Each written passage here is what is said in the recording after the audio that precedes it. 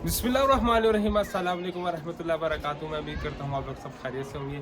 आज की वीडियो बड़ी इंपॉर्टेंट वीडियो है। इस वीडियो के अंदर मैं आपको बड़ी डिटेल से आपको बताने जा रहा हूँ कि अगर आपने वीज़ा अप्लाई करना है तो उस सिलसिले में आपको किन किन डॉक्यूमेंट्स की जो है वो ज़रूरत होगी, क्योंकि काफ़ी लोग ट्राई करते रहते हैं लेकिन उनको एग्जैक्ट इन्फॉर्मेशन जो है वो प्रोवाइड नहीं होती। तो DQ चैनल जो है वो आपको UK का हो या इटली का हो, जर्मनी का हो, स्पेन का हो, जिस भी वीज़ा कैटेगरी से रिलेटेड एग्जैक्ट इन्फॉर्मेशन प्रोवाइड करने की पूरी जो है वो कोशिश करते हैं। तो यहाँ पर सबसे पहले मैं आपको बता देना चाहता हूँ कि आपके पास जितने भी डॉक्यूमेंट्स हैं उन सबको A4 साइज़ में आपने फ़ोटो कापी लाजमी करवा लेनी है। ठीक हो गया। अगर A4 साइज़ में नहीं करवाएगा तो फिर आपके लिए प्रॉब्लम्स होगी।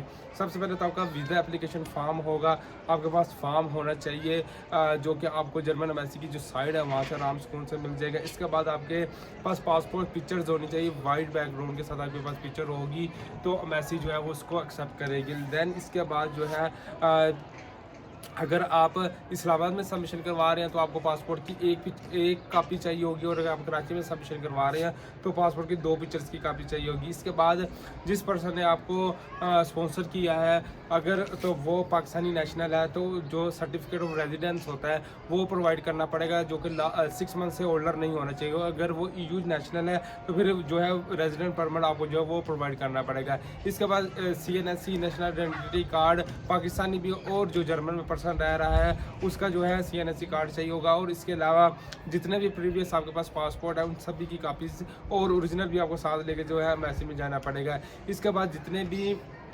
आपका जो स्पाउस है पाकिस्तान के अंदर स्पाउस है उसके भी प्रीवियसली पासपोर्ट आपको चाहिए होंगे। देन जो पाकिस्तान के अंदर एप्लीकेंट है उसका आपको क्या चाहिए होगा, चाहे बच्चे हैं चाहे वाइफ है, बर्थ सर्टिफिकेट चाहिए होगा, निकाह नामा चाहिए होगा, मैरिज रजिस्ट्रेशन सर्टिफिकेट चाहिए होंगे, अगर प्रीवियसली शादी हुई है तो डाइवोर्स सर्टिफिकेट चाहिए होगा, और अगर पाकिस्तान के अंदर ही है एक ही शादी तो सिर्फ एक ही मैरिज रजिस्ट्रेशन सर्टिफिकेट चाहिए होगा।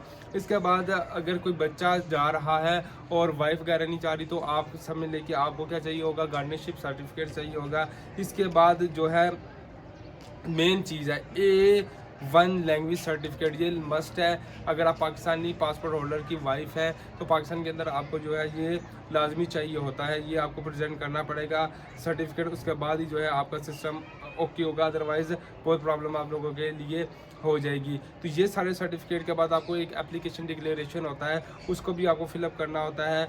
जो फीसिस है वो 75 यूरो के करीब आपको जो है वो फ़ीस पे करनी पड़ती है। इसके साथ साथ आपने ये सारी की सारी फाइल जो है प्रिपेयर करनी है, मिनिस्टर ऑफ फॉरेन अफेयर्स से अटेस्टेशन करवानी है, ट्रांसलेशन करनी है।